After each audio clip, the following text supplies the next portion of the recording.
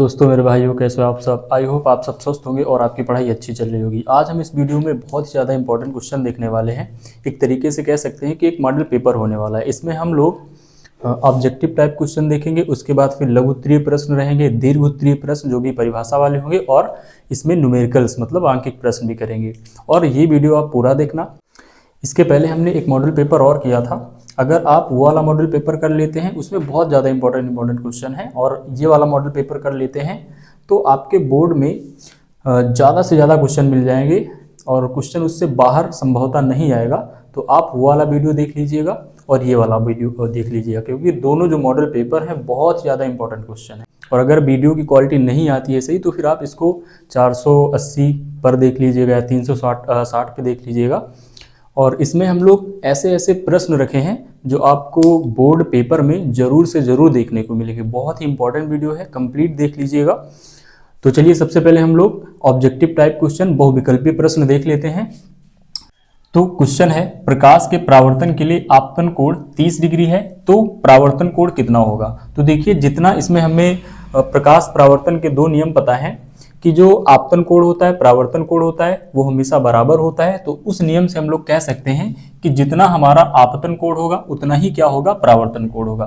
तो अगर आपतन कोण 30 डिग्री है तो यहाँ पे जो हमारा परावर्तन कोण होगा वो भी क्या होगा, 30 होगा। तो इसमें ऑप्शन सी वाला सही हो जाएगा। अगला क्वेश्चन है, किसी गोलीय दर्पण तथा किसी पतले गोलीय लेंस दोनों की फोकस दूरियां -25 सेंटीमीटर हैं, दर्पण तथा लेंस संभवता होगा। तो इसमें जो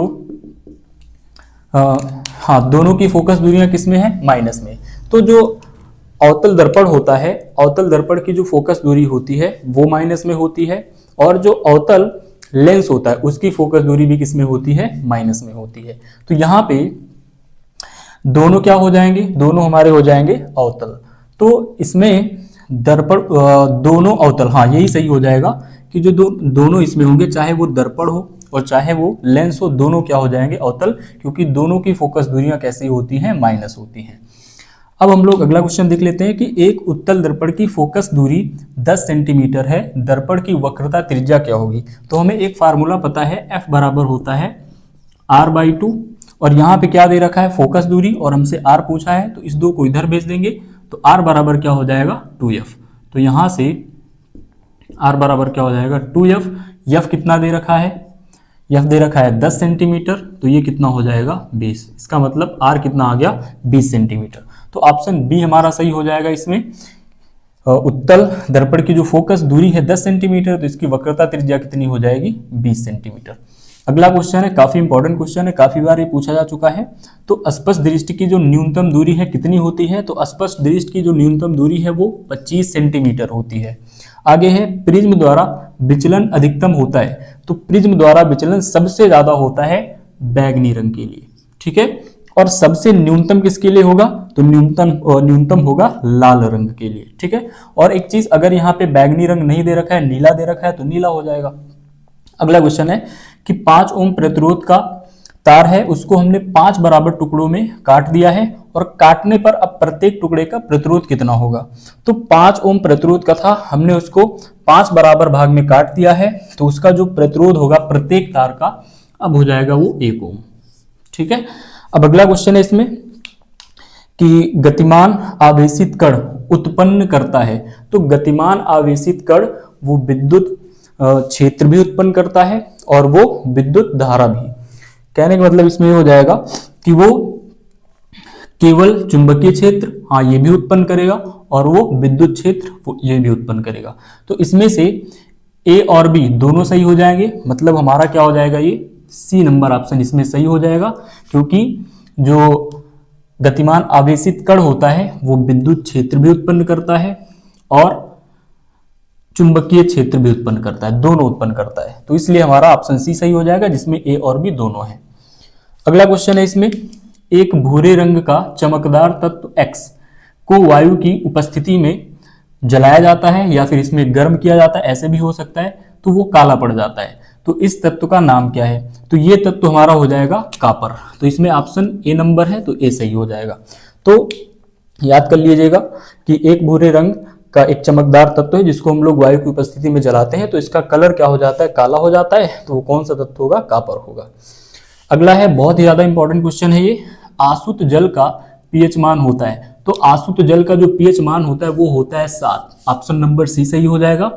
अगला क्वेश्चन है, एंटीमनी या फिर आर्सेनिक है। तो आर्सेनिक, एंटीमनी, बिस्मथ, ये जो तत्व हैं ये होते हैं उपधातु। उपधातु क्या होता है, तो ऐसे तत्व जिनमें धातु और अधातु दोनों के गुण होते हैं उसे हम लोग उपधातु कहते हैं। अब देखते हैं अगला क्वेश्चन। अगला क्वेश्चन है, प्रोपेनल में क्रियात्मक समूह है। तो प्रोपेनल का जो क्रियात्मक समूह है लास्ट में इसमें अल, अगर इसको हम लोग देखें तो इसमें क्या जुड़ा है, अल जुड़ा है, प्रोपेनल। तो प्रोपेनल का जो क्रियात्मक समूह हो जाएगा वो हो जाएगा CHO। ये हो जाएगा कीटोन और ये हो जाएगा एल्कोहल का। अब हम लोग अगला क्वेश्चन देखते हैं कि मानव नेत्र में गुणसूत्रों की संख्या, तो मानव में गुणसूत्रों की संख्या कितनी होती है। तो मानव में जो गुणसूत्रों की संख्या होती है वो होती है 46। अगर संख्या पूछेगा तो 46, अगर जोड़ी पूछेगा तो यहाँ पे 23 हो जाएगा। उसके बाद अगला देख लेते हैं क्वेश्चन, अलैंगिक जनन मुकुलन द्वारा होता है। तो अलैंगिक जनन मुकुलन द्वारा ईस्ट में होता है। अलैंगिक जनन मुकुलन द्वारा किसमें होता है, ईस्ट में होता है। अगला क्वेश्चन है, मादा लिंग हार्मोन कहलाता है। तो जो मादा लिंग हार्मोन है वो एस्ट्रोजन होता है। मादा लिंग हार्मोन क्या होता है, एस्ट्रोजन होता है। सी नंबर ऑप्शन है। और जो एंड्रोजन है ये नर हार्मोन है। आगे है अगला क्वेश्चन, मनुष्यों में वृक्क एक तंत्र का भाग है जो संबंधित है। तो जो हमारा वृक्क है या फिर इसको हम लोग किडनी बोलते हैं, तो जो वृक्क है वो उत्सर्जन से संबंधित है। वृक्क क्या है, उत्सर्जन से संबंधित है और श्वसन से हमारे फेफड़े हो जाएंगे। अगला इसमें क्वेश्चन है कि स्वापोषी पोषण के लिए आवश्यक है। तो स्वापोषी पोषण के लिए कार्बन डाइऑक्साइड की आवश्यकता होती है, जल की भी आवश्यकता होती है, क्लोरोफिल पत्तियों में पाया जाता है तो इसकी भी आवश्यकता होती है, सूर्य का प्रकाश ये तो होता ही है। आगे है उपयुक्त सभी, मतलब इसमें कार्बन डाइऑक्साइड ये भी जरूरी होगा, जल, क्लोरोफिल, सूर्य का प्रकाश ये सभी जरूरी होते हैं स्वापोषी पोषण के लिए। और ये जो स्वापोषी पोषण है इसको हम लोग प्रकाश संश्लेषण अपक्रिया में देखते हैं। तो अगला इसमें क्वेश्चन है कि मेंडल प्रसिद्ध थे। तो जो मेंडल थे, मेंडल वो आनुवांशिकता के क्षेत्र में प्रसिद्ध थे। मेंडल किसके क्षेत्र में प्रसिद्ध थे, तो मेंडल आनुवांशिकता के क्षेत्र में प्रसिद्ध थे। एक नंबर क्वेश्चन ये भी पूछता है कि मेंडल ने अपना प्रयोग किस पे किया था, किस पौधे पे किया था। तो मटर के पौधे पर मेंडल ने अपना प्रयोग किया था। अगला क्वेश्चन है काफी इंपॉर्टेंट ये भी है, अपच का उपचार करने के लिए निम्न में से किस औषधि का उपयोग होता है। तो अपच का उपचार करने के लिए हम लोग एंटासिड का यूज करते हैं। किसका यूज करते हैं, एंटासिड। जब पेट में अम्लता बढ़ जाती है तो मिल्क ऑफ मैग्नीशिया जो एंटासिड होता है इसका प्रयोग हम लोग करते हैं। लास्ट क्वेश्चन है इसमें, कॉलम ए में दिए गए पदार्थों का सुमेल कॉलम बी में दिए गए पदार्थों के अनुप्रयोग से कीजिए। इस टाइप का क्वेश्चन पेपर में आता है तो बच्चे इसमें परेशान हो जाते हैं। इसको देख लीजिए इसको कैसे करना है। इसमें कॉलम एक इधर दे रखा है, कॉलम एक में यहाँ पे पदार्थ दे रखे हैं, दूसरी तरफ इनका यूज दे रखा है, प्रयोग दे रखा है कि कौन से पदार्थ का प्रयोग क्या होता है। तो इसमें हमें ध्यान ये देना है कि जैसे प्लास्टर ऑफ पेरिस है, तो प्लास्टर ऑफ पेरिस का प्रयोग हम लोग कहाँ करते हैं, तो प्लास्टर ऑफ पेरिस का जो प्रयोग है वो हम लोग मूर्ति के निर्माण में करते हैं। ठीक है, घर में जो डिजाइन बनती है उसमें करते हैं। अगर हड्डी टूटी हो तो डॉक्टर लोग उसको जो है प्लास्टर चढ़ाने में उसका यूज करते हैं। तो यहाँ पे इसको कैसे करना, जैसे ए नंबर यहाँ पे है तो ए नंबर यहाँ पे लिख दीजिए, ये हो गया। ठीक है, अगला इसमें कास्टिक सोडा का प्रयोग हम लोग कहाँ करते हैं, तो कास्टिक सोडा का प्रयोग हम लोग करते हैं साबुन बनाने में। ठीक है, तो यहाँ पे बी नंबर क्या हो जाएगा, पहले वाले में आ जाएगा। अगला है सोडियम बाइकार्बोनेट का उपयोग कहाँ होता है, तो सोडियम बाइकार्बोनेट का उपयोग होता है प्रति अम्ल में। सोडियम बाइकार्बोनेट का प्रयोग कहाँ होता है, प्रति अम्ल में होता है, तो सी नंबर इधर आ गया। ब्लीचिंग पाउडर का उपयोग कहाँ होता है, तो ब्लीचिंग पाउडर का उपयोग होता है, ये हो जाएगा डी नंबर। ब्लीचिंग पाउडर का उपयोग होता है कीटाणुनाशक जिसे हम लोग प्रतिजीवाणु भी बोलते हैं। तो ये यहाँ पे अब हम लोग देख लेते हैं कौन कहाँ पे मिला हुआ है। तो यहाँ पे जो ए नंबर है, ए नंबर हमारा दूसरे में मिला है, तो ए नंबर देख लेते दूसरे में इसमें मिला है, तो ए नंबर ये दूसरे में मिला है। उसके बाद फिर इसमें बी नंबर पहले में मिला है। क्या इसमें बी नंबर पहले में है? हाँ, बी नंबर पहले में है। अगला यहाँ पे सी नंबर किस में है? फोर्थ में, चौथे नंबर में है, तो सी नंबर चौथे नंबर में है। ठीक है। डी नंबर कीटाणुनाशक, डी नंबर किस में है? तीसरे में है, तो डी नंबर तीसरे। तो ये हमारा ऑप्शन क्या हो जाएगा? सही हो जाएगा। तो ये काफी इंपॉर्टेंट क्वेश्चन है और इसमें अब हम लोग देखते हैं वर्णनात्मक प्रश्न या फिर लघुत्तरीय प्रश्न, वो भी काफी इंपॉर्टेंट क्वेश्चन होने वाले हैं। तो चलिए अब हम लोग लघुत्तरीय प्रश्न देखते हैं। प्रश्न है, प्रकाश परावर्तन के नियम लिखिए। अवतल दर्पण से 10 सेंटीमीटर की दूरी पर वस्तु स्थित है। यदि दर्पण से आभासी प्रतिबिंब 20 सेंटीमीटर की दूरी पर बनता है तो दर्पण की वक्रता त्रिज्या ज्ञात कीजिए। तो सबसे पहले प्रकाश परावर्तन देख लेते हैं। प्रकाश परावर्तन, तो प्रकाश परावर्तन क्या होता है? जैसे मान लीजिए हमारे पास कोई दर्पण है, ये मान लेते हैं हमारे पास कोई क्या है? दर्पण है, और दर्पण के ऊपर जो माध्यम है 1 है और नीचे माध्यम क्या है? 2 है। अब यहाँ से मान लेते हैं कोई प्रकाश किरण आती है और आने वाली प्रकाश किरण को हम लोग आपतित किरण कहते हैं, और जिस बिंदु पर आती है उसे हम लोग आपतन बिंदु कहते हैं, और इस पर हम लोग अभिलंब खींच देते हैं। तो ये दर्पण से परावर्तन के पश्चात उसी माध्यम में लौट जाती है। माध्यम 1 था, इसका परावर्तन हुआ और उसी माध्यम में वापस लौट गई, तो इस घटना को हम लोग क्या बोलते हैं? प्रकाश का परावर्तन। इसमें एंगल आई ये होता है और ये एंगल आर होता है। तो प्रकाश परावर्तन समझ में आ गया होगा। अब इसके 2 नियम होते हैं। तो ये पहला नियम है, इसका पहला नियम है कि जो ये आपतित किरण है और ये जो परावर्तित किरण है और इस आपतन बिंदु पर जो अभिलंब खींचा, ये तीनों एक ही तल में होते हैं। तो आपतित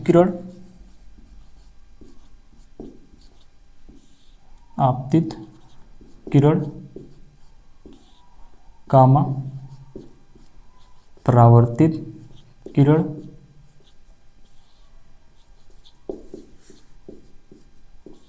तथा आपतन बिंदु पर खींचा गया अभिलंब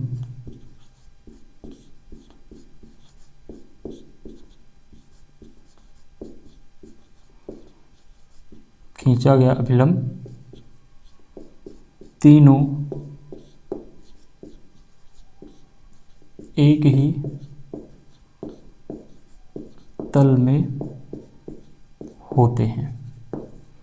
तो ये पहला नियम है। और इसका जो दूसरा नियम है, दूसरा नियम ये होता है कि जो आपतन कोण आई है और जो परावर्तन कोण आर है, ये सदैव बराबर होते हैं। तो यहाँ पे जो आपतन कोण आई है ये सदैव बराबर होता है परावर्तन कोण आर के। तो ये दोनों नियम हो गया। फिर से एक बार देख लीजिए, आपतित किरण, परावर्तित किरण तथा आपतन बिंदु पर खींचा गया अभिलंब तीनों एक ही तल में होते हैं, ये पहला नियम। दूसरा नियम, आपतन कोण आई तथा परावर्तन कोण आर सदैव बराबर होते हैं, ये दोनों नियम हो गए। अब इसमें न्यूमेरिकल वाला पार्ट है, न्यूमेरिकल वाला पार्ट देख लेते हैं। इसमें कह रहा है कि एक अवतल दर्पण है, अवतल दर्पण से 10 सेंटीमीटर की दूरी पर वस्तु स्थित है। यदि दर्पण से आभासी प्रतिबिंब 20 सेंटीमीटर की दूरी पर बनता है तो दर्पण की वक्रता त्रिज्या ज्ञात कीजिए। तो हम लोग सॉल्व करते हैं, और सॉल्व करने में सबसे पहले जो दे रखा है उसको लिख लेंगे हल डालकर।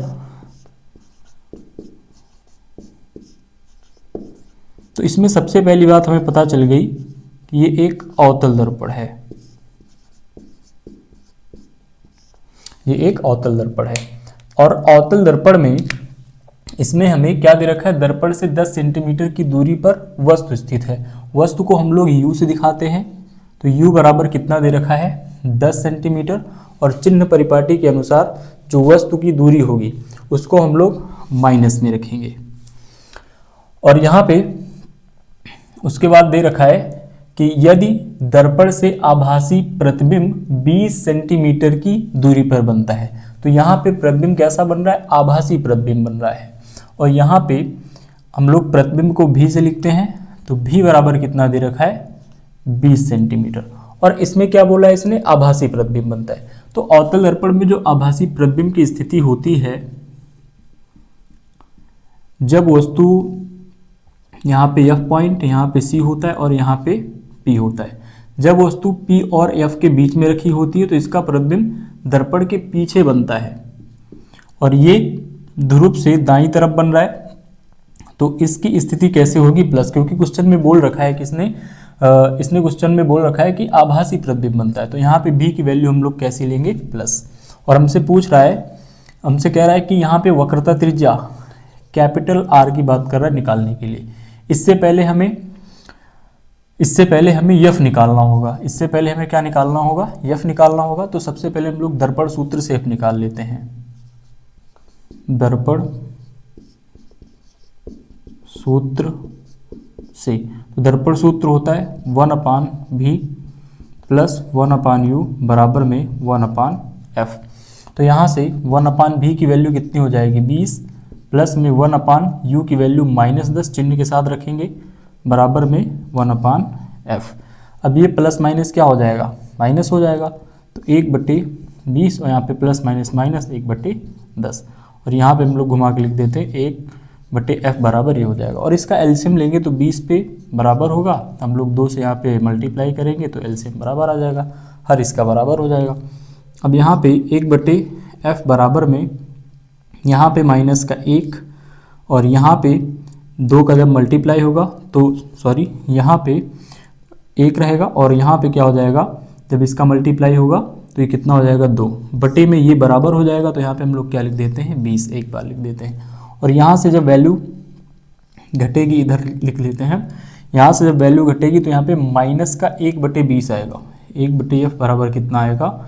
माइनस का 1 क्या आएगा? 20। ठीक है, क्योंकि ये 2 ज़्यादा है, 2 के पहले माइनस का निशान है इसलिए यहाँ पे माइनस लग जाएगा। और उसके बाद हमें 1/f की वैल्यू नहीं, हमें यहाँ पे निकालनी है f की वैल्यू। ठीक है, तो यहाँ पे 20 ये भी पलट जाएगा तो ये वैल्यू किस में आ गई? माइनस में। और अवतल दर्पण की फोकस दूरी माइनस में होती भी है क्यों, लेकिन यहाँ पे क्वेश्चन में क्या पूछा है? r। तो एक फार्मूला हमें पता है, f बराबर r/2, चाहे कैपिटल लिखिए चाहे स्मॉल लिखिए उससे कोई फर्क नहीं पड़ता। तो f बराबर क्या है? r/2। हमें r निकालना है, 2 को इधर भेज देंगे तो r बराबर क्या हो जाएगा? 2f। तो इस फार्मूले से अगर हम लोग r बराबर 2f, तो r बराबर 2 मल्टीप्लाई f की वैल्यू यहाँ पे रखें -20, तो r बराबर कितनी हो जाएगी? ये 20 दूना कितना हो जाएगा? ये 40। ठीक है, माइनस, और ये दूरी माइनस में नहीं होती है तो हम लोग r बराबर यहाँ पे 40 सेंटीमीटर रख देंगे और यहाँ पे भी एक इसमें था सेंटीमीटर। तो इस तरीके से हम लोग इसको सॉल्व कर सकते हैं। अब हम लोग अगला क्वेश्चन देखते हैं। अगला क्वेश्चन है, निकट तथा दूर दृष्टि दोष किसे कहते हैं? यह किन कारणों से होता है? इस दोष के निवारण हेतु किस प्रकार का लेंस प्रयुक्त किया जाता है? किरण आरेख द्वारा समझाइए। तो निकट दृष्टि दोष देख लेते हैं पहले। तो निकट दृष्टि दोष में निकट की वस्तुएं स्पष्ट दिखाई देती हैं परंतु दूर की वस्तुएं स्पष्ट दिखाई नहीं देती हैं, जिसे हम लोग निकट दृष्टि दोष कहते हैं। इसका कारण क्या होगा? तो नेत्र लेंस तथा रेटिना के बीच की दूरी का बढ़ जाना। दूसरा कारण लेंस की वक्रता का बढ़ जाना, जिससे लेंस की फोकस दूरी का कम हो जाना। सही कैसे करेंगे, इसका निवारण कैसे करेंगे इसे हम लोग? तो उचित फोकस दूरी के अवतल लेंस का प्रयोग करेंगे इसमें।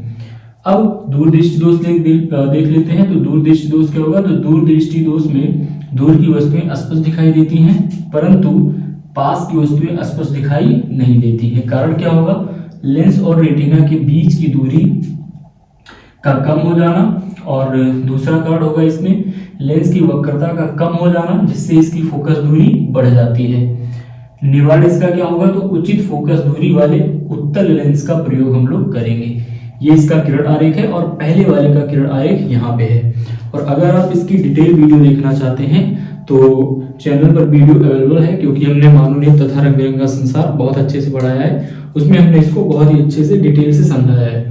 तो चलिए हम लोग अगला क्वेश्चन देख लेते हैं। तो अगला क्वेश्चन है प्रश्न नंबर 3, निम्नलिखित की दिशा को निर्धारित करने वाला नियम लिखिए।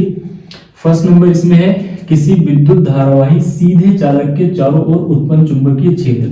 तो कोई सीधा हमारे पास धारावाही चालक है और उसमें विद्युत धारा प्रवाहित हो रही है, तो इसमें जो है विद्युत क्षेत्र को निकालने के लिए नियम है दक्षिणावर्ती पेंच का नियम, या फिर मैक्सवेल के कार्क स्क्रू का नियम, इससे भी होगा, या फिर दाहिने हाथ के अंगूठे का नियम हम लोग ऐसा भी बोल सकते हैं।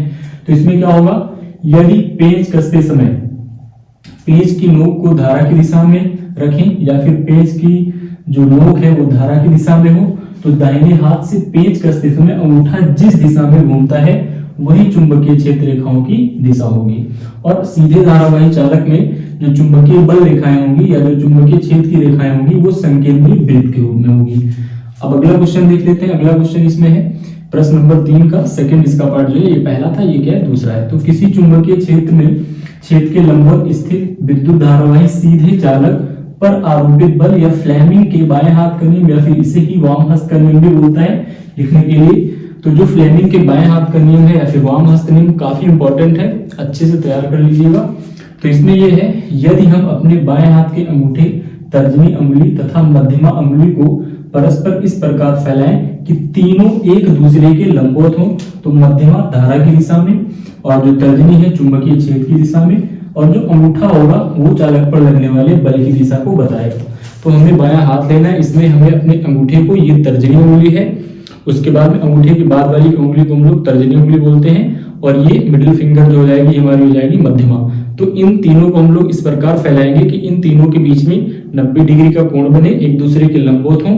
तो जो ये तर्जनी है चुंबकीय क्षेत्र की दिशा में रहेगी, और बीच वाली उंगली ये मध्यमा, ये धारा की दिशा में। तो जो अंगूठा होगा वो चालक पर लगने वाले बल की दिशा को बताएगा। ट्रिक से कैसे याद रखना है इसको, तो ट्रिक भी देख लीजिए। इसमें मध्यमा से इसमें धा आ रहा है, धारा याद कर लीजिएगा। अंगूठे में सबसे ज्यादा इसमें ताकत है, सबसे ज्यादा बल, तो ये बल की दिशा को बताएगा, और तर्जनी इसमें चुंबकीय क्षेत्र की दिशा को बताएगी। तो इस तरीके से हम लोग याद रख सकते हैं। और इसमें अगला प्रश्न है 4 नंबर, बहुत ही इंपॉर्टेंट क्वेश्चन है ये। परिनालिका किसे कहते हैं, ये चुंबक की भांति कैसे व्यवहार करती है। किसी क्षण चुंबक की सहायता से विद्युत धारावाही परिनालिका की उत्तर तथा दक्षिण ध्रुव का निर्धारण इसमें कैसे किया जाता है ये भी बता रहा है। तो कोई भी हमारे पास अचालक या फिर कुचालक बोल सकते हैं। बेलनाकार वस्तु के ऊपर कोई गत्ता हो सकता है या फिर प्लास्टिक की कोई पाइप हो सकती है, उसके ऊपर तांबे के तार के अनेक फेरे को लपेटकर उसमें अगर हम लोग विद्युत धारा प्रवाहित करते हैं तो उसमें चुंबकीय गुण उत्पन्न हो जाता है। और जो ये चुंबकीय गुण है या फिर जो ये परिनालिका है, ये एक क्षण चुंबक की भांति व्यवहार करने लगती है, जिसे हम लोग परिनालिका कहते हैं। अब इसमें होता क्या है कि अगर हमें इसके जो है ध्रुव का निर्धारण करना हो परिनालिका के, तो इसके समीप में कोई हम लोग क्षण चुंबक लेके जाएंगे, और क्षण चुंबक का अगर हम लोग यन सिरा लेके जा रहे हैं और यन सिरा लेके जा रहे हैं उस क्षण चुंबक का, तो जो यन सिरा है या फिर उस क्षण चुंबक का जो एन ध्रुव है अगर उस परिनालिका से आकर्षित होता है, तो समझ लीजिए परिनालिका में वो एस सिरा है, जिस सिरे के पास में लेके जा रहे हैं क्षण चुंबक के एन ध्रुव को, तो परिनालिका वो वाला सिरा क्या हो जाएगा, परिनालिका का वो एस सिरा होगा अगर वो आकर्षण हो रहा है उन दोनों ध्रुवों में। और अगर प्रतिकर्षण होता है इसी यन ध्रुव को लेके अगर हम लोग जाते हैं क्षण चुंबक के, तो परिनालिका में अगर प्रतिकर्षण होता है तो समझ लीजिए परिनालिका का वो वाला सिरा क्या होगा, यन सिरा होगा, क्योंकि यन में क्या होगा, प्रतिकर्षण। समान सिरे में प्रतिकर्षण होता है, असमान सिरे में आकर्षण होता है। तो काफी इंपॉर्टेंट क्वेश्चन है ये सब। चलिए अब हम लोग अगला क्वेश्चन देखते हैं। तो चलिए अगला क्वेश्चन देखते हैं। क्वेश्चन है श्रेणी क्रम में 3 प्रतिरोधों को जोड़ा जाता है, संयोजन के समतुल्य प्रतिरोध का सूत्र ज्ञात कीजिए। काफी इंपॉर्टेंट है, पहले हम लोग देख लेते हैं कि श्रेणी क्रम संयोजन होता क्या है। तो अगर हम लोग पहले प्रतिरोध का दूसरा सिरा दूसरे प्रतिरोध के पहले सिरे से और दूसरे प्रतिरोध का दूसरा सिरा तीसरे प्रतिरोध के पहले सिरे से अगर जोड़ते हैं, इस प्रकार का जो संयोजन प्राप्त होता है उसे हम लोग श्रेणी क्रम संयोजन कहते हैं, ठीक है ना। अब इसको हम लोग चित्र के माध्यम से देख लेते हैं। मान लेते हैं हमारे पास प्रतिरोध पहला है, ये हमारे पास पहला प्रतिरोध है, इसको हम लोग R1 बोल देते हैं। अब पहले प्रतिरोध का ये वाला पहला सिरा है और ये वाला क्या है, इसका दूसरा सिरा। तो पहले प्रतिरोध के दूसरे सिरे को हमें क्या करना है, दूसरे वाले प्रतिरोध के पहले सिरे से जोड़ना है। तो मान लेते हैं हमारे पास ये क्या है, एक दूसरा प्रतिरोध है, ये हमारे पास दूसरा प्रतिरोध है। अब यहाँ पे पहले प्रतिरोध का ये दूसरा सिरा और दूसरे प्रतिरोध का ये वाला पहला सिरा यहाँ पे जुड़ा हुआ है। उसके बाद ऐसे ही हम लोग क्या करते हैं, दूसरे प्रतिरोध का ये दूसरा सिरा हो जाएगा और उसके बाद फिर तीसरे प्रतिरोध का ये पहला सिरा है और इधर क्या होगा, दूसरा सिरा। तो दूसरे प्रतिरोध का जो दूसरा सिरा है तीसरे प्रतिरोध के पहले सिरे से इस प्रकार जुड़ा है इसमें। तो यही जो संयोजन होता है यही क्या कहलाता है, श्रेणी क्रम संयोजन। फिर से एक बार देख लीजिए, पहले प्रतिरोध का दूसरा सिरा दूसरे प्रतिरोध के पहले सिरे से और दूसरे प्रतिरोध का दूसरा सिरा तीसरे प्रतिरोध के पहले सिरे से। अगर प्रतिरोधों का संयोजन इस प्रकार से होता है, इस क्रम में होता है, इसे हम लोग श्रेणी क्रम संयोजन कहते हैं। और इसको हम लोग एक विद्युत स्रोत से जोड़ देते हैं। ये हमारे पास एक बैटरी है, इसको हमने विद्युत स्रोत से जोड़ रखा है और यहाँ पे एक कुंजी है और ये प्लस सिरा है। जो बैटरी का बड़ा वाला सिरा होता है उसे हम लोग प्लस से दिखाते हैं और छोटा वाला माइनस से दिखाते हैं। और ये अपने आप में क्या है, बैटरी। और इस बैटरी का जो विभवांतर है ये मान लेते हैं V है और यहाँ से धारा जाएगी इस तरीके से, प्लस की दिशा से ही ये क्या हो जाएगी, धारा I हो जाएगी। और प्रत्येक प्रतिरोध में धारा यहाँ से भी I जाएगी पहले प्रतिरोध में, उसके बाद फिर दूसरे प्रतिरोध में भी धारा I जाएगी, तीसरे प्रतिरोध में भी धारा I जाएगी और यहाँ से फिर से निकल करके धारा यहाँ से I हो जाएगी। अब यहाँ पे हम लोग इसका डेरिवेशन देख लेते हैं, चित्र समझ में आ गया होगा। तो अब यहाँ पे अच्छा एक चीज़ और, हर एक प्रतिरोध में जो विभव होगा इसका, हर एक प्रतिरोध में जो विभवांतर होगा इसका वो अलग होगा। पहले प्रतिरोध के लिए विभवांतर V1, दूसरे के लिए V2, तीसरे के लिए V3।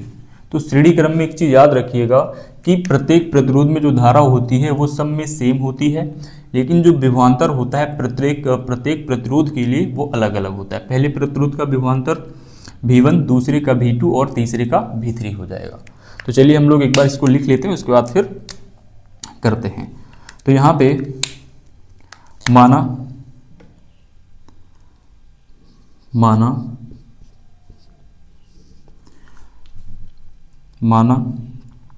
प्रतिरोध R1 का विभवांतर V1,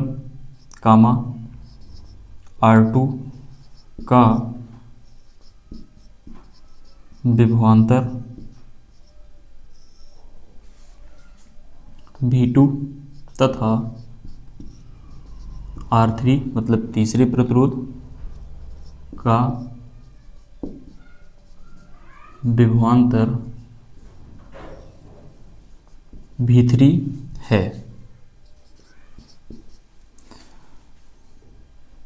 और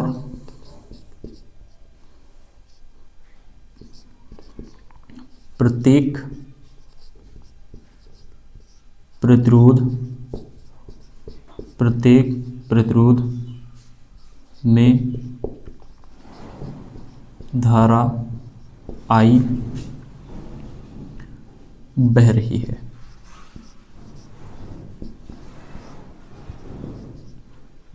तो ये इसमें हो जाएगा, माना प्रतिरोध R1 का जो विभवांतर होगा वो V1, R2 का विभवांतर V2 तथा R3 का विभवांतर V3 होगा और प्रत्येक प्रतिरोध में धारा I बह रही है।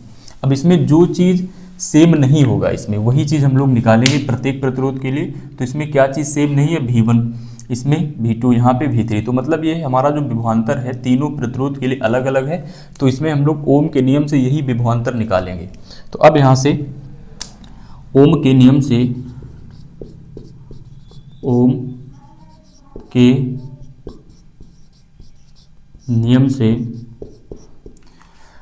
नियम से पहले प्रतिरोध के लिए विभवांतर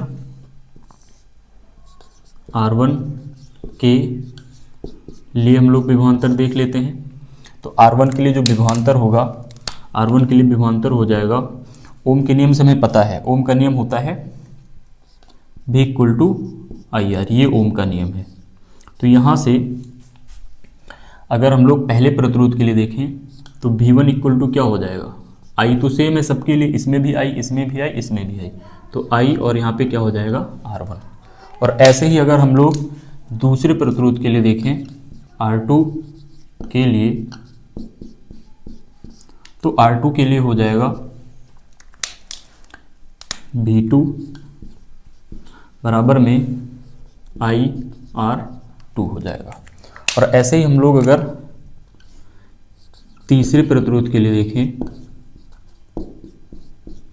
तो तीसरे प्रतिरोध के लिए यहाँ पे V3 बराबर में IR3 हो जाएगा। तो इस तरीके से हम लोग इसको लिख सकते हैं। अब यहाँ पे यदि बैटरी का कुल विभवांतर, यदि बैटरी का कुल विभवांतर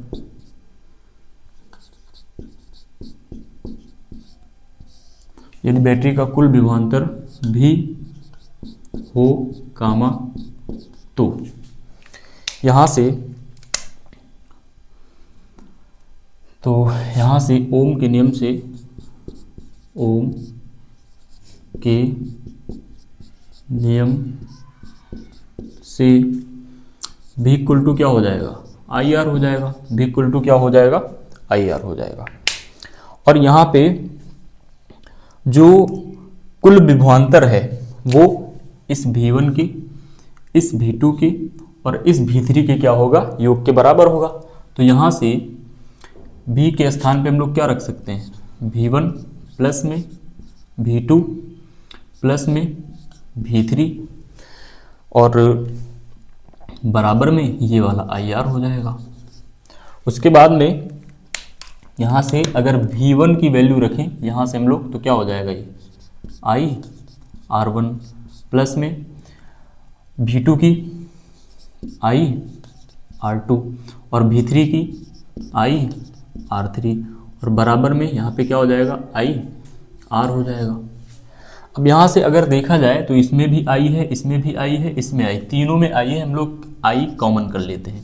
तो यहाँ पे क्या होगा, R1 प्लस में R2 प्लस में R3 और इधर क्या है, बराबर में I और यहाँ पे क्या है, R। अब दोनों तरफ बराबर में I है, इसको हम लोग काट देते हैं। तो यहाँ से R बराबर क्या निकल के आएगा, R बराबर निकल के आएगा R1 प्लस में R2 प्लस में R3। यही हमें प्रूफ करना था। और इसमें जो प्रतिरोधों का जो तुल्य योग होगा वो इन सबके योग के क्या होगा, बराबर, मतलब इसका जो तुल्य होगा वो इन सबके योग के क्या होगा, बराबर होगा। इसमें यही रहता है। अब हम लोग देख लेते हैं समांतर क्रम संयोजन में। तो समांतर क्रम संयोजन में क्या होगा, पहले इसका चित्र देख लेते हैं। तो समांतर क्रम संयोजन में क्या होगा, इसमें जितने भी प्रतिरोध होते हैं उनके एक सिरे को एक बिंदु से, पहले सिरे को एक बिंदु से तथा दूसरे सिरे को दूसरे बिंदु से जोड़ा जाता है। तो ये जो क्रम होता है संयोजन का, इसे हम लोग समांतर क्रम संयोजन कहते हैं। चित्र इसका एक बार देख लेते हैं। मान लेते हैं हमारे पास ये पहला प्रतिरोध है, ये हमारे पास पहला प्रतिरोध है। उसके बाद में ये हमारे पास दूसरा प्रतिरोध है और ये हमारे पास तीसरा प्रतिरोध है। तो ये हमारे पास तीन प्रतिरोध हो गए।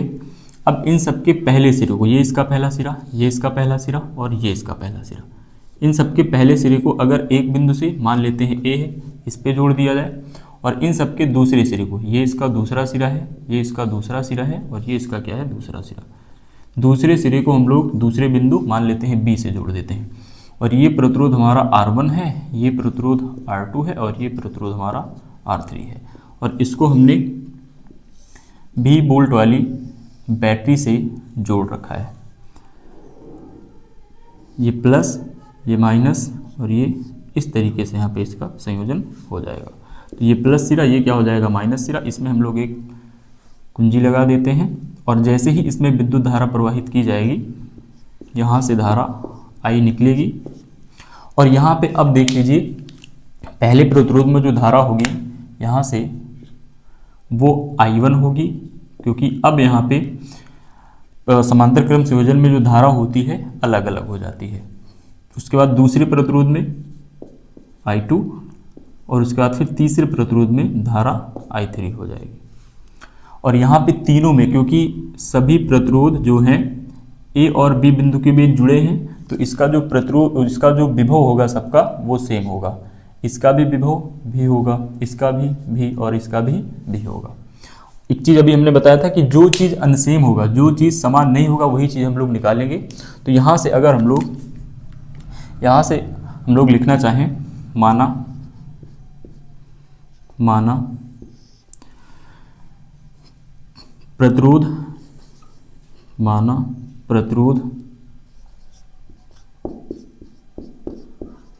माना प्रतिरोध R1 में धारा I1, R2 में धारा I2 तथा R3 में धारा I3 प्रवाहित हो रही है।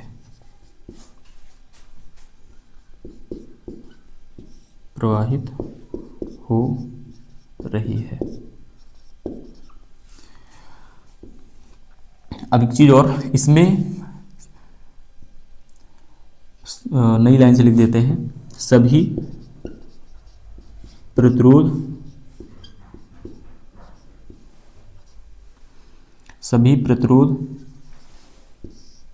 A व B के मध्य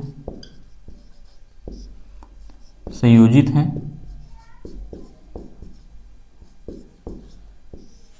अतः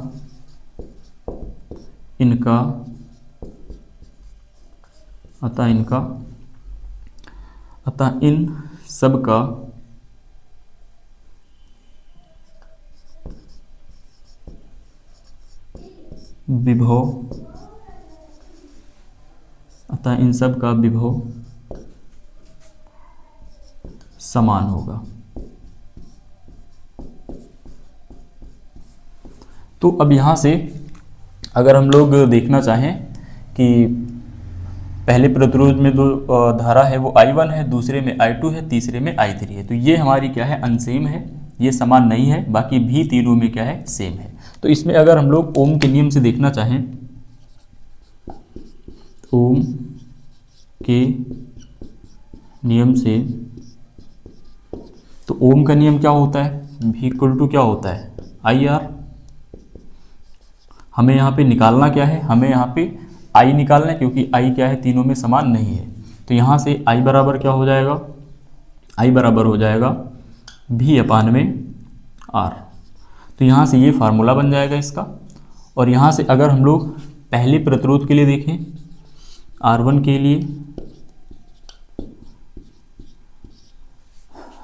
लिए क्या हो जाएगा, तो यहाँ पे I1 बराबर में V अपान क्या हो जाएगा, R1। और अगर यही चीज़ हम लोग R2 के लिए देखना चाहें, तो R2 के लिए हो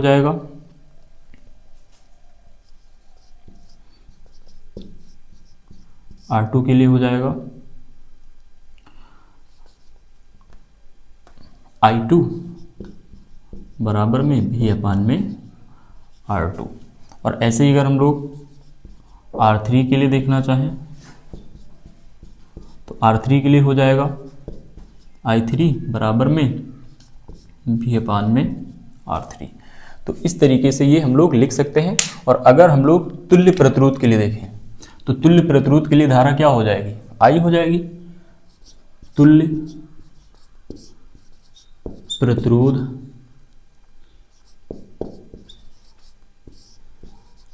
के लिए धारा, तो तुल्य प्रतिरोध के लिए धारा यहाँ से देखिए, यहाँ से I1, I2, I3, यहाँ से I थी तो यहाँ पे गई पहले प्रतिरोध में I1, दूसरे में I2, तीसरे में I3। और उसके बाद यहाँ से जब ये धारा निकली I1, I2 और I3 तीनों आपस में जुड़ करके बाहर जब निकलती हैं तो फिर से ये I हो जाती हैं। तो कहने का मतलब जो तुल्य प्रतिरोध के लिए धारा होगी वो क्या हो जाएगी, I1 plus I2 plus I3, इन सबके योग के क्या होगी, बराबर होगी। अब इसको हम लोग ऊपर से वैल्यू रख लेते हैं। तो वैल्यू यहाँ से अगर हम लोग रखना चाहें तो वैल्यू यहाँ पे हो जाएगी, I1 की वैल्यू हो जाएगी ये यहाँ से V अपान में R1 प्लस ये I2 की क्या हो जाएगी, V अपान में R2 प्लस I3 की क्या हो जाएगी, V अपान में R3। तो इस तरीके से हम लोग लिख सकते हैं। और यहाँ पे अगर I इक्वल टू देखा जाए तो I इक्वल टू यहाँ से V अपान में R है, तो यहाँ पे I इक्वल टू क्या कर देंगे, V अपान में R कर देंगे। अब यहाँ से अगर देखा जाए एक चीज़ और, तो यहाँ पे क्या चीज़ कॉमन है, यहाँ पे भी V है, यहाँ पे भी V है और यहाँ पे भी V है, मतलब V अपान में R बराबर में यहाँ से हम लोग क्या कॉमन कर सकते हैं, V सब में सेम है तो V कॉमन कर लेंगे। और यहाँ पे क्या बच रहा है, 1, क्योंकि यहाँ से V निकल जाएगा तो सब पे 1 बचेगा। तो 1 अपान में R1 प्लस में 1 अपान में R2 प्लस में 1 अपान में R3। अब यहाँ से V कॉमन हुआ है बाहर यहाँ पे इसके अंश में, और अगर देखें तो यहाँ पे 1 रहता है तो V क्या हो जाएगा, कैंसिल हो जाएगा। और यहाँ पे क्या बचा, 1। तो यहाँ पे 1 अपान R बराबर में यहाँ पे क्या होगा, क्योंकि ये तो कट ही गया है तो अंदर क्या बचेगा, 1 अपान में R1 प्लस में 1 अपान में R2 प्लस में 1 अपान में R3। बस यही हमें प्रूफ करना था। और अब हम लोग इससे संबंधित कुछ न्यूमेरिकल्स देख लेते हैं, क्योंकि पेपर में पूछा जाता है। तो चलिए हम लोग क्वेश्चन लिखते हैं, उसके बाद फिर न्यूमेरिकल देखते हैं। चलिए हम लोग न्यूमेरिकल देख लेते हैं। न्यूमेरिकल ये है कि इसमें दे रखा है कि 2 ओम, 3 ओम तथा 6 ओम के 3 प्रतिरोधकों को किस प्रकार संयोजित करें कि जो संयोजन का कुल प्रतिरोध हो। अब इसमें ए नंबर हमें आना चाहिए 4 ओम और बी नंबर इसमें 1 ओम आना चाहिए। तो हमें इसमें क्या करना है कि ये जो प्रतिरोध दे रखे हैं 2 ओम, 3 ओम और 6 ओम के, इन्हें इस प्रकार संयोजित करना है कि पहले में क्या आ जाए, 4 ओम आ जाए इनका संयोजन, और दूसरे में क्या आ जाए, 1 ओम आ जाए। तो इसमें हम लोग क्या करते हैं, सबसे पहले जो 3 ओम और 6 ओम के प्रतिरोध हैं, 3 ओम और जो ये 6 ओम, ये 3 ओम और जो ये 6 ओम के प्रतिरोध हैं, इसको हम लोग क्या कर लेते हैं, इसको हम लोग समांतर क्रम में जोड़ लेते हैं। तो इसको अगर हम लोग लिखना चाहें तो 1 अपान, समांतर क्रम का फार्मूला देख लीजिए एक बार। तो समांतर का होता है 1 अपान में R बराबर में 1 अपान में R1 प्लस में 1 अपान में R2 प्लस में 1 अपान में R3। ये 3 प्रतिरोध के लिए है। ऐसे ही आगे अगर जरूरत होगी तो हम लोग ऐसे बढ़ा सकते हैं। तो यहाँ से जो समांतर क्रम में हमें किसको किसको जोड़ना है, 3 ओम को और 6 ओम को। तो यहाँ से हम लोग ऐसे लिख देते हैं 1 अपान RP, पैरेलल में जोड़ रहे हैं, किसको किसको जोड़ रहे हैं, तो हम लोग 3 ओम को, तो इसको हम लोग 1 अपान क्या कर देंगे, 3, और यहाँ पे प्लस में क्या हो जाएगा, 6 हो जाएगा। अब अगर इसका हम लोग एलसीएम लें तो 6 पे बराबर होगा, तो यहाँ पे हम लोग इसके हर को बराबर करेंगे और यहाँ पे 2 हो जाएगा। तो यहाँ पे RP बराबर में 2 और प्लस में 1 ये, और ये अपान में 6, क्योंकि ये बराबर हो चुका है। तो 1/RP बराबर में 2, 1 कितना हो जाएगा, 3/6। अब इसको हम लोग पलट देते हैं, क्योंकि हमें 1 अपान RP की वैल्यू नहीं चाहिए, हमें RP की वैल्यू चाहिए। तो ये भी इसमें क्या होगा, पलट जाएगा। तो RP बराबर 6 क्या होगा, 3। इसको कट करेंगे तो 2 निकल के आएगा। तो यहाँ से जो RP की जो वैल्यू है, मतलब जो पैरेलल में जोड़ा गया है 3 ओम और 6 ओम के प्रतिरोध को, तो उसकी वैल्यू कितनी आई, 2 आ गई है। अब यहाँ पे हमारे पास एक क्या है, 2 ओम दे रखा है। तो अब हमें लाना कितना है, इसका योग 4 लाना है। तो अब जो RP है प्लस में जो ये 2 ओम है, इसको हम लोग किस में जोड़ देंगे, श्रेणी क्रम में। इसको किस में जोड़ देंगे, श्रेणी क्रम में। तो यहाँ से जो R टोटल आएगा, ये जो R टोटल आएगा, तो यहाँ पे जो R टोटल आएगा ये हो जाएगा हमारा, RP की वैल्यू कितनी है, 2 प्लस में, और यहाँ पे ये कितना दे रखा है, 2। तो R टोटल कितना आ जाएगा, 2 2 4 ओम, और ये कितना आया था। और यहाँ पे श्रेणी क्रम का जो फार्मूला, ये तो समांतर का हो गया, और श्रेणी का देख लीजिए, CD का होता है R बराबर R1 plus R2 plus R3, ये 3 के लिए आगे चाहिए तो हम लोग लिख सकते हैं। अब B नंबर हमें क्या करना है कि जो तुल्य प्रतिरोध है हमें 1 लाना है। अब यहाँ पे अगर देखा जाए तो छोटे वाले प्रतिरोध से भी क्या है, छोटा है। अगर छोटे वाले प्रतिरोध से भी छोटा लाना होता है तो हमें किस में जोड़ना पड़ता है उसको, समांतर क्रम संयोजन में, क्योंकि समांतर क्रम संयोजन का जो तुल्य होता है वो छोटे वाले से भी छोटा आता है। तो यहाँ से हम लोग अगर समांतर क्रम में इसको जोड़ देंगे तो वैल्यू आ जाएगी। तो यहाँ से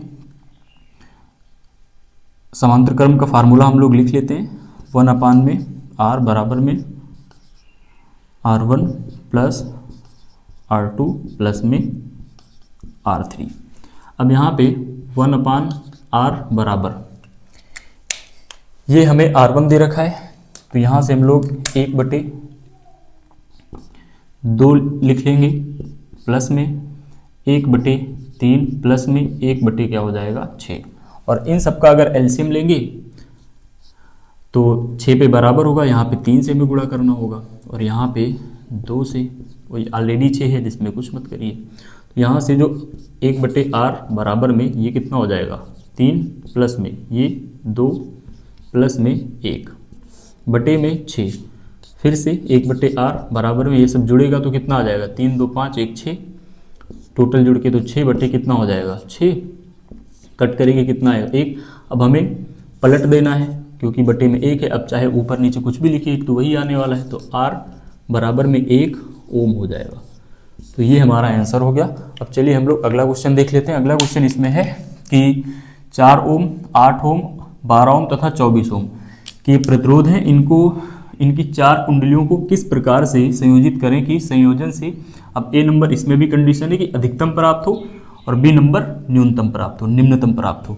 तो अधिकतम के लिए हमें पता है कि जो श्रेणी क्रम संयोजन होता है उसमें जो तुल्य प्रतिरोध होता है वो उन सबके योग के क्या होता है, बराबर होता है प्रतिरोधों के। तो यहाँ से हम लोग श्रेणी क्रम वाला फार्मूला लगाएंगे तो R तुल्य बराबर कितने प्रतिरोध हैं 1 2 3 4, R1 plus R2 plus R3 plus R4, 4 प्रतिरोध हैं, इनको हम लोग जोड़ लेते हैं। तो R1 4 रख देते हैं प्लस में,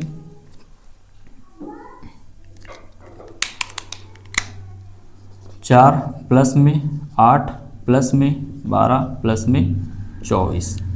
तो अगर इन सबको जोड़ा जाएगा तो जो टोटल निकल के आएगा R तुल्य, इसका जो टोटल निकल के आएगा वो 8 4 12, 12 12 24 और 24 48, मतलब टोटल कितना आएगा ये 48 ओम आ जाएगा। ये इसका आंसर हो जाएगा। बी नंबर में क्या बोल रहा है निम्नतम, निम्नतम के लिए इसे हमें किस में जोड़ना होगा, इसे हमें समांतर क्रम में जोड़ना होगा। तो इसमें 1/R बराबर में 1/R1 plus 1/R2 plus 1/R3 plus 1/R4, 1/R बराबर में वैल्यू रख लेते हैं। तो यहाँ से 4 प्लस में 8 प्लस में 12 प्लस में 24, ये इतनी वैल्यू दे रखी थी। अब इन सब का अगर एलसीएम लेंगे तो ये 24 पे बराबर होगा। यहाँ पे 6 से करवाते हैं, यहाँ पे 3 से करवाते हैं, यहाँ पे 2 से करवाते हैं और ये ऑलरेडी है, इसमें कुछ नहीं करना है। तो यहाँ से जो वैल्यू होगी 6 से हमने करवाया था ऊपर भी, तो यहाँ पे क्या हो जाएगा 6 प्लस में 3 प्लस में 2 प्लस में 1 बटे में कितना हो जाएगा 24। और ये क्या चल रहा है 1/R। तो यहाँ से अगर जोड़ें इसको तो 6 3 9, 9 2 11 और 1 12 हो जाएगा। तो 1/R बराबर 6 3 9 2 11 1 12 बटे में क्या हो जाएगा 24 हो जाएगा। देखो हमें R की वैल्यू चाहिए इसलिए हमें इसको पलटना होगा, इसके सामने ये भी पलट जाएगा। तो यहाँ से यहाँ से R बराबर 24 बटे में 12 कटेगा तो कितना आएगा ये 2 आएगा। तो यहाँ से जो R की वैल्यू है वो कितनी निकल के आ गई है 2 ओम आ गई है। तो ये निम्नतम वैल्यू हमें प्राप्त हो गई है जो इन सबसे क्या है कम है। तो चलिए अब हम लोग देख लेते हैं केमिस्ट्री वाला पार्ट, क्योंकि ये फिजिक्स वाला पार्ट हो गया। अब हम लोग केमिस्ट्री वाला पार्ट देखते हैं। तो अब हम लोग केमिस्ट्री वाला पार्ट देखते हैं और इसमें सबसे पहला प्रश्न है, निम्नलिखित अपक्रिया को पूर्ण कर समीकरण को संतुलित कीजिए। तो इसमें अपक्रिया दे रखी है मरकरी ऑक्साइड और ये डेल्टा का साइन है, इसका मतलब है कि हम लोग मरकरी ऑक्साइड को गर्म कर रहे हैं। और इसमें क्या है, मरकरी प्लस में यहाँ पे जो होगा लिखना पड़ेगा। तो मरकरी ऑक्साइड है, जब इसको हम लोग गर्म करते हैं तो इसमें से ऑक्सीजन निकल जाती है। तो यहाँ पे ऑक्सीजन ऐसे लिखा जाएगा। अब यहाँ पे इसका हम लोग समीकरण लिखते हैं। समीकरण इसका क्या होगा, मरकरी ऑक्साइड, तो मरकरी का होता है Hg और इसके साथ ऑक्सीजन जुड़ी हो तो इसको हम लोग ऑक्साइड बोल देते हैं। ये यहाँ पे डेल्टा और मरकरी के लिए Hg प्लस में ऑक्सीजन है तो इसके लिए हम लोग O2 लिख देंगे। अब यहाँ पे इसको बैलेंस भी करना है, तो यहाँ पे एक Hg, यहाँ पे एक Hg, यहाँ पे एक O है और यहाँ पे 2 O है। तो हमें क्या करना होगा, यहाँ पे 2 O है तो यहाँ पे 2 O करने के लिए हमें यहाँ पे 2 से मल्टीप्लाई करना होगा। लेकिन यहाँ पे दिक्कत ये हो गई कि अब यहाँ पे 2 Hg हो गया, इस तरफ 1 है तो यहाँ पे भी हम लोग क्या कर देंगे, 2 से मल्टीप्लाई कर देंगे। और यहाँ पे अपक्रिया में जो भी यहाँ पे तत्व लिखे होंगे, उत्पाद यौगिक लिखे होंगे, उसके बाएं साइड ही पहले ही हमें गुणा वगैरह कराना है, बाद में नहीं लिखना है कुछ भी। अगला देखते हैं। अगला इसमें है कि आयरन प्लस में copper sulphate gives out plus में कॉपर। तो यहाँ पे जब आयरन कॉपर सल्फेट से जब रिएक्शन करेगा तो कॉपर कम क्रियाशील है आयरन की अपेक्षा, तो आयरन क्या करेगा, कॉपर को हटा देगा और यहाँ पे खुद जो है आयरन सल्फेट बना लेगा, आयरन सल्फेट और प्लस में कॉपर। अब इसको हम लोग अपक्रिया के रूप में लिख लेते हैं। तो अपक्रिया के रूप में इसमें आयरन Fe होता है तो इसके लिए Fe लिख दे रहे हैं, प्लस में कॉपर सल्फेट तो CuSO4, ये कॉपर सल्फेट का फार्मूला है। उसके बाद फिर है आयरन सल्फेट तो FeSO4 हो जाएगा, प्लस में Cu कॉपर हो जाएगा। अब इसको भी हम लोग बैलेंस कर लेते हैं। यहाँ पे एक Fe है, यहाँ पे भी एक Fe है, यहाँ पे एक Cu है, यहाँ पे भी एक Cu है, यहाँ पे SO4 है, यहाँ पे भी SO4 है। तो ऑलरेडी ये बैलेंस है, इसमें कुछ नहीं करना है। अब हम लोग अगला क्वेश्चन देखते हैं, काफ़ी इंपॉर्टेंट है। रेडॉक्स अपक्रिया किसे कहते हैं, उदाहरण देकर स्पष्ट कीजिए। तो रेडॉक्स अपक्रिया क्या होती है, तो यदि एक साथ एक ही समय पर उपचयन और अपचयन दोनों अपक्रियाएं हो तो उसे हम लोग रेडॉक्स अपक्रिया कहते हैं। इसका एग्जाम्पल है, जैसे मान लेते हैं हमारे पास है CuO और इसका रिएक्शन हम लोग हाइड्रोजन से करवा देते हैं। तो यहाँ पे CuO प्लस में H2, तो यहाँ पे होगा क्या, यहाँ से हाइड्रोजन कॉपर को हटाएगा और यहाँ पे Cu अकेले हो जाएगा और फिर प्लस में हाइड्रोजन ऑक्सीजन के साथ खुद जुड़ जाएगी तो यहाँ पे H2O। अब यहाँ पे अगर देखा जाए तो कॉपर से ऑक्सीजन निकली है, कॉपर से ऑक्सीजन निकली है और अगर कॉपर से ऑक्सीजन निकलती है तो ऑक्सीजन का निकलना क्या होता है, ऑक्सीजन का निकलना होता है अपचयन। तो यहाँ पे क्या हो गया, इसका अपचयन। और अगर हाइड्रोजन को देखें तो हाइड्रोजन में यहाँ पे ऑक्सीजन जुड़ी है, ऑक्सीजन का जुड़ना होता है उपचयन या फिर इसी को हम लोग ऑक्सीकरण भी कहते हैं। तो यहाँ पे अपचयन भी हो रहा है, उपचयन एक ही साथ एक ही समय पे हो रहा है, तो इसे हम लोग क्या कहेंगे, रेडॉक्स अपक्रिया। अब हम लोग अगला क्वेश्चन देखते हैं, ऊष्माक्षेपी या फिर दहन करके बोलेगा एवं ऊष्माशोषी अपक्रिया का अर्थ क्या है, उदाहरण द्वारा समझाइए। तो सबसे पहले हम लोग ऊष्माक्षेपी दहन अपक्रिया देख लेते हैं। तो ऐसी अपक्रिया जिसमें अपक्रिया के फलस्वरूप ऊष्मा उत्पन्न होती है, जिसे हम लोग ऊष्माक्षेपी या फिर दहन अपक्रिया कहते हैं। इसमें क्या होगा कि जैसे हमारे पास CaO कैल्शियम ऑक्साइड, जिसे हम लोग बुझा हुआ बिना बुझा हुआ चूना बोलते हैं और या फिर इसे कली का चूना बोला जाता है। अगर इसको हम लोग पानी में डालते हैं, इसकी रिएक्शन जल से करवाते हैं, तो यहाँ पे CaOH का होल ट्वाइस बनता है और साथ में इसमें ऊष्मा उत्पन्न होती है। तो इसमें उष्मा उत्पन्न हुई है। तो अगर उष्मा उत्पन्न होती है इसे हम लोग उष्माक्षेपी अपक्रिया कहते हैं। अब आगे है उष्मा शोषी अपक्रिया। तो ऐसी अपक्रिया जिसमें उष्मा का अवशोषण होता है, जिसमें उष्मा का अवशोषण होता है उसे हम लोग उष्मा शोषी अपक्रिया कहते हैं। जैसे कार्बन का अप्रूप कोयला होता है, इसको ऑक्सीजन में जलाने के लिए हमें उष्मा की आवश्यकता होती है, तो यहाँ से CO2 कार्बन डाइऑक्साइड गैस प्राप्त होती है। तो ये उष्मा शोषी अपक्रिया हो जाएगी। अगला इसमें क्वेश्चन है, काफी इंपॉर्टेंट क्वेश्चन है ये सब। विरंजक चूर्ण के निर्माण का रासायनिक समीकरण तथा दो उपयोग लिखिए। इसमें हमें इसके निर्माण का, विरंजक चूर्ण के, इसे हम लोग ब्लीचिंग पाउडर भी बोलते हैं, याद रखिएगा। तो विरंजक चूर्ण के निर्माण का हमें रासायनिक समीकरण लिखना है और इसका दो उपयोग लिखना है। तो विरंजक चूर्ण का जो रासायनिक समीकरण हो जाएगा, इसमें हमारे पास CaOH का होल ट्वाइस, जिसे हम लोग बुझा हुआ चूना बोलते हैं, और इसमें हम लोग क्लोरीन गैस से इसको गुजारते हैं। बुझे हुए चूने को क्लोरीन गैस से जब गुजारा जाता है तो CaOCl2 का निर्माण होता है, CaOCl2 का निर्माण होता है, और साथ में यहाँ पे जल वाष्प भी थोड़ी बहुत जो है निकलती है, जल वाष्प। तो इस तरीके से इसका निर्माण हो जाएगा। और इसका अगर हम लोग उपयोग देख लें तो इसका उपयोग ऑक्सीकारक के रूप में हम लोग करते हैं।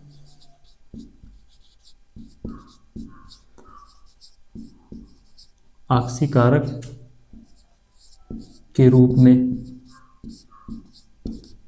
और इसका दूसरा उपयोग होगा क्लोरोफॉर्म बनाने में भी इसका यूज होता है, क्लोरोफॉर्म।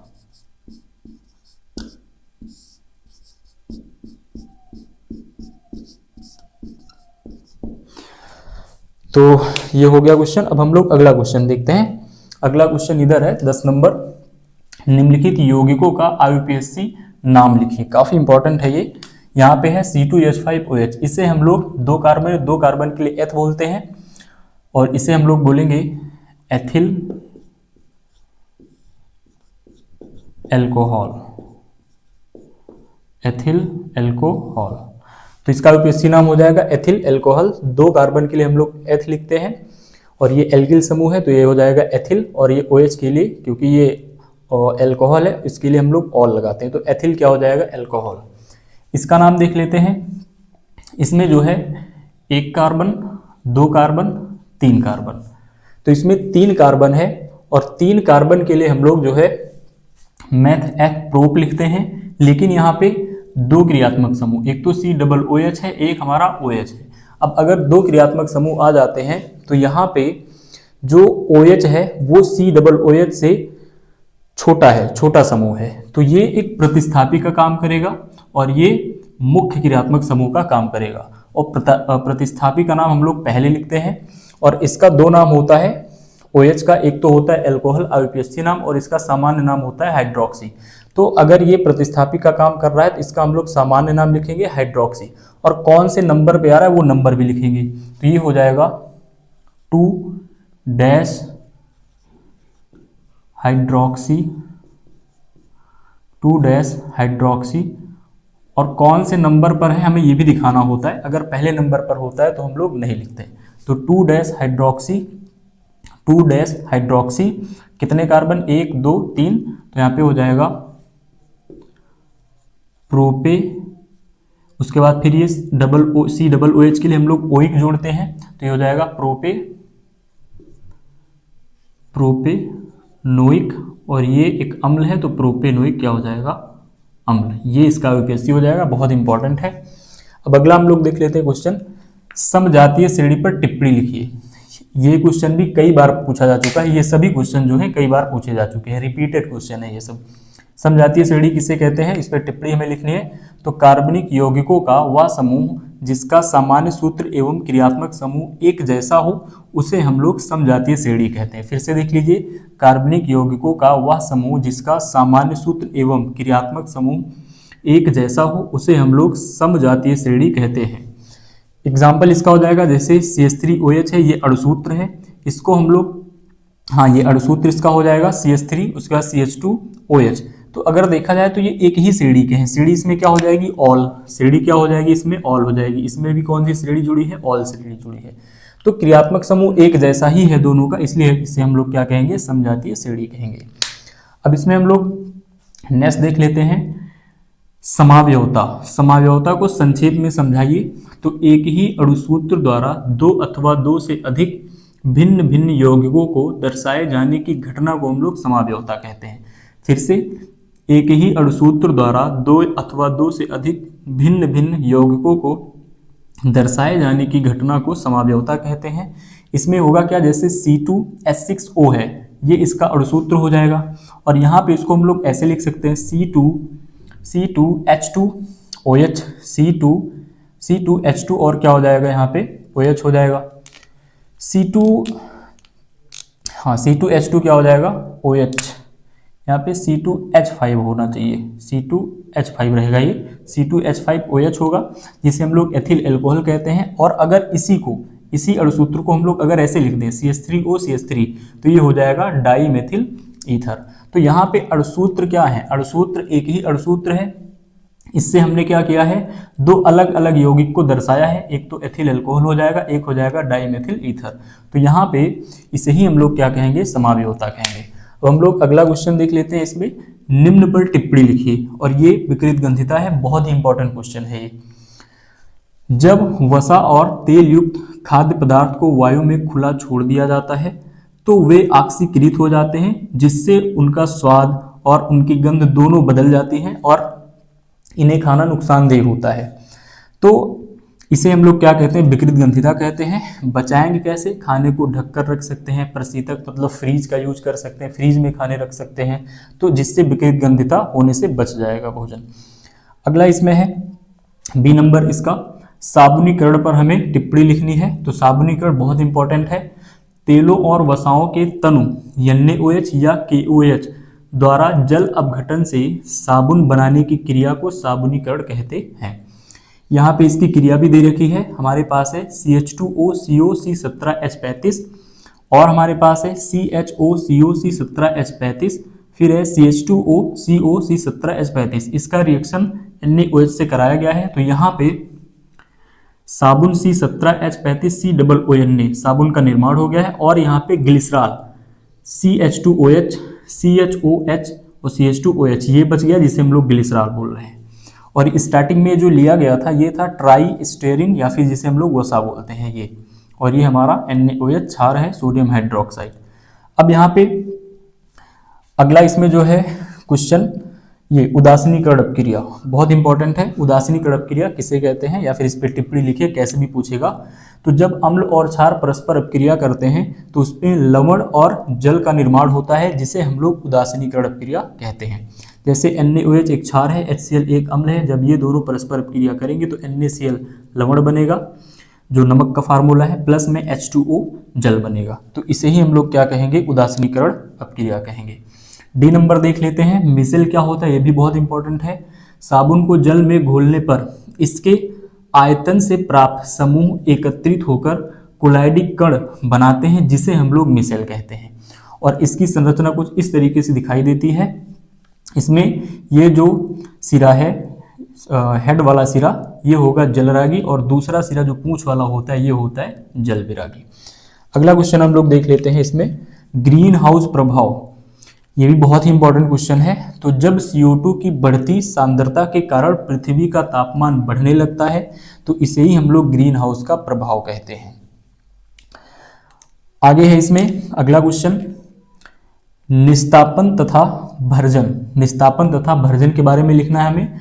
तो निस्तापन में अयस्क को कम ताप पर वायु की अनुपस्थिति में गर्म किया जाता है, और जबकि भर्जन में अयस्क को उच्च ताप पर बिना पिघलाए वायु की नियंत्रित मात्रा में गर्म किया जाता है। ठीक है, अब हम लोग और इसमें क्वेश्चन देख लेते हैं। लास्ट क्वेश्चन 12 नंबर, 13 दो क्वेश्चन अभी बचे हैं। इसमें है बिरंजक चूड़। हाँ, बिरंजक चूड़ हमने देख लिया था, फिर से एक बार देख लेते हैं। बिरंजक चूड़ के निर्माण का रासायनिक समीकरण तथा दो उपयोग लिखिए।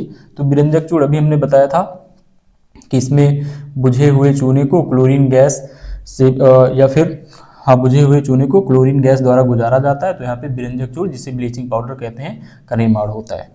इसका उपयोग ऑक्सीकारक के रूप में करते हैं, क्लोरोफॉर्म बनाने में करते हैं। लास्ट क्वेश्चन है 13 नंबर, धातुओं की सक्रियता श्रेणी क्या है, इनके दो अनुप्रयोग लिखिए।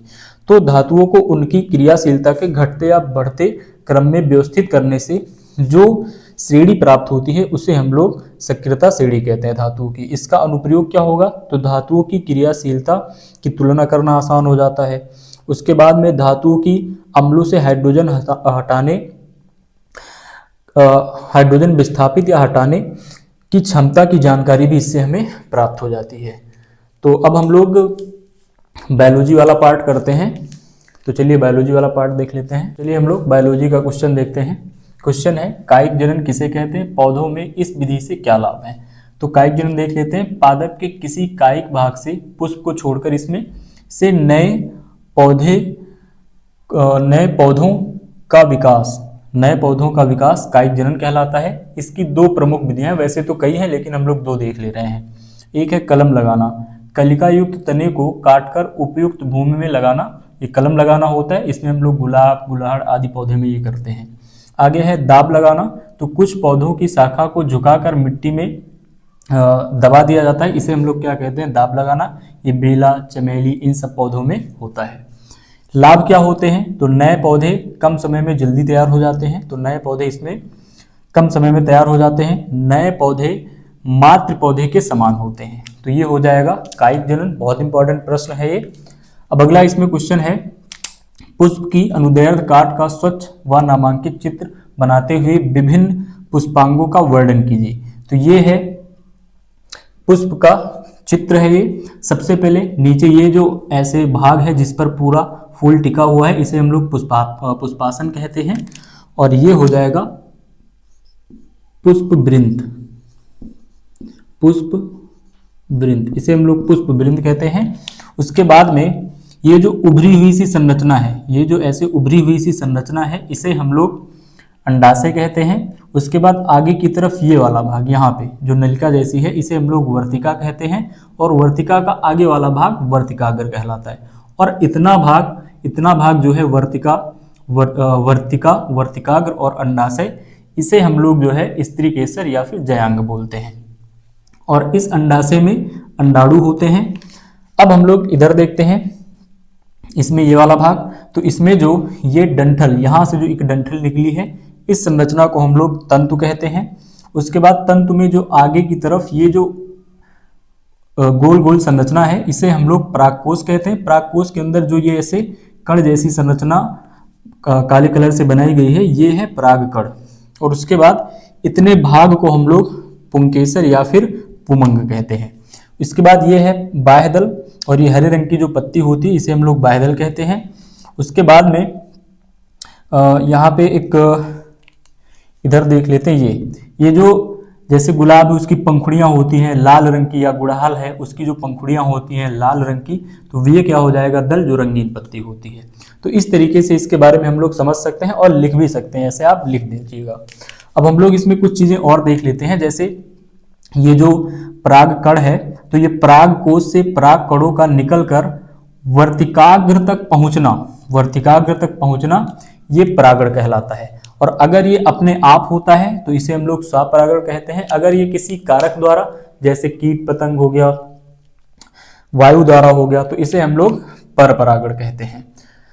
तो अब हम लोग आगे नेक्स्ट क्वेश्चन देख लेते हैं। 16 नंबर है, लिंग गुणसूत्र का क्या अर्थ है, मनुष्य में लिंग निर्धारण किस प्रकार होता है, रेखा चित्र की सहायता से समझाइए।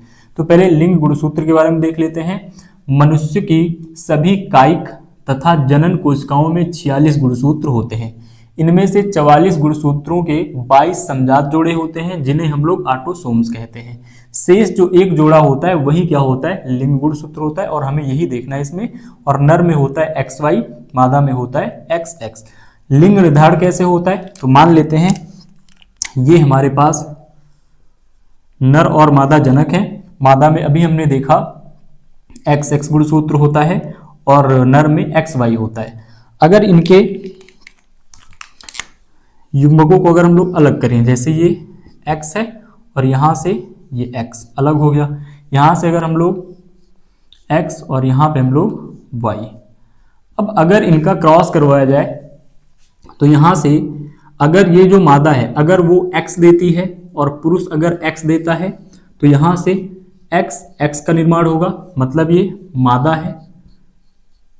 और अगर इसने यहाँ पे x दिया और पुरुष ने y दिया तो यहाँ पे x y का निर्माण होगा, जो क्या है, नर। इधर देख लेते हैं, अगर इसने x दिया मतलब इसका x युग्मक और इसने भी अपना क्या दिया, x दिया, तो यहाँ पे x मतलब फिर से मादा, और इसने अपना अगर x दिया और इसने अपना अगर y दिया तो यहाँ पे xy फिर से मतलब नर का जन्म होगा। अब यहाँ से अगर देखा जाए तो एक नर ये है, एक नर ये, मादा ये है, मादा ये, तो यहाँ पे 50% चांस है नर के जन्म होने का, लड़के के जन्म होने का, और 50% चांस है मादा मतलब लड़की के जन्म होने का।